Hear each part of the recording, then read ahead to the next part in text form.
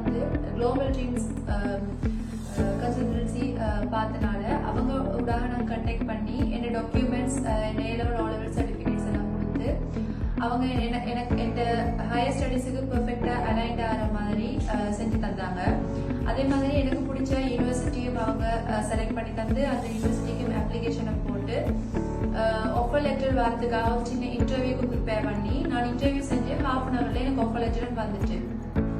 அது மட்டும் இல்லாமல் எனக்கு பெர்ஃபெக்டான கோர்ஸ், அதாவது எனக்கு பிடிச்ச கோர்ஸையும் அவங்க பெர்ஃபெக்டாக எனக்கு போட்டு தந்து, அதனால நான் இப்போ இந்த ஹையர் ஸ்டடீஸை அவங்க கம்ப்ளீட் பண்ணுவோம்னு சொல்லி அவங்க எல்லாம் என்ன செஞ்சு தந்து இப்போ ஆஃபர் லெட்டர்லாம் வந்த பிறகு விசாவுக்கு நான் அப்ளை பண்ணி மினிமம் ஒரு 1 monthக்குள்ள எனக்கு எல்லாம் ஓகே ஆகி இதான் இந்த விசா.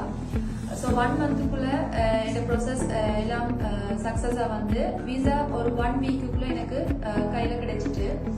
அப்போ லோயர் ஃபீ வந்து விசா கையில் கிடைச்ச அப்புறம் தான் லோயர் ஃபீ அது எனக்கு ரொம்ப ஃபினான்ஸ் இதுக்கு வந்து எனக்கு அவசரப்படாமல் ஒரு அஃபோர்டபுளான ஒரு சுச்சுவேஷனாக இருந்தது.